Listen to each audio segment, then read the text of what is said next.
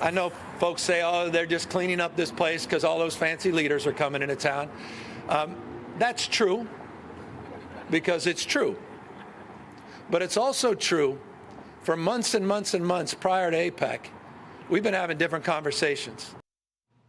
A much-needed effort to clean up San Francisco, coming with a dash of skepticism because it's picking up steam just ahead of the big Asia-Pacific Economic Summit there this week.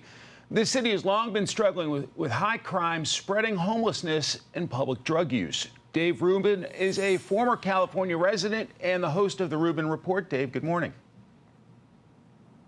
Good morning. Former California resident. That is the key to this whole conversation, like about a million others in the last 3 years.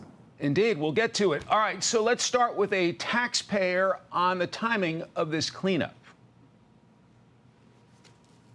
What about the people who are here year-round, you know, and like local, hardworking, working-class Bay Area folks? Can you blame the taxpayer for feeling that way, Dave?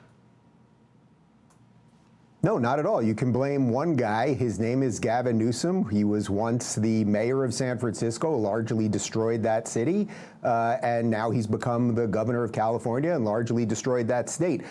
Anyone watching this, I mean, you guys on Fox are probably the only mainstream network that covers the urban decay that has happened in most of these Democrat-run cities, but people have seen, I mean, the drug use is completely out of control. It looks like a scene, San Francisco normally, until they just cleaned it up in the last 2 or 3 days, normally looks like a scene out of a zombie movie. It is not safe. As I said, about 1 million people have fled Cali. But if you just look at the people, the producers and the people who create companies and wealth out of Silicon Valley, which were largely based in San Francisco, live there, they virtually all fled. And everything that you're showing right there is what's happening in that city. As a matter of fact, last time I went there was a couple months ago to meet with Elon Musk over at Twitter, and I was standing in his office where he's pointing to me down, oh, that's where they get the drugs, that's where they buy the drugs, that's where they do the drugs and everything else. So everyone knows this could have been dealt with, but Gavin Newsom seems to care far more about the Chinese leadership than the people of San Francisco. There's also the crime issue. Robberies are up in San Francisco, 2360, up from 2064 a year ago, a 14.3% increase.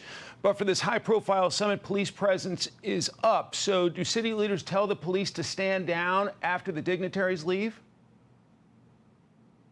Probably, although I would say, and I don't mean this in a cynical fashion, I mean, I'm fairly certain Gavin Newsom is getting ready to run for president one way or another when they decide to push Joe Biden out. So it would behoove him to have a clean San Francisco and a clean California as a whole. So maybe he will stick with this thing. But the question is, where are these people right now? There were thousands, literally thousands and thousands of them, ill, mentally ill, literally bloody. I mean, the entire thing, everything you can think of and some things you can't think of. Where are these people right now? What did they do with them? That's the question that everyone should be asking Gavin Newsom.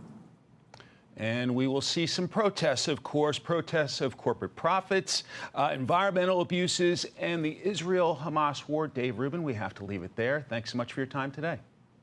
I'm Steve Ducey. I'm Brian Kilmeade. And I'm Ainsley Earhart. And click here to subscribe to the Fox News YouTube page to catch our hottest interviews and most compelling analysis.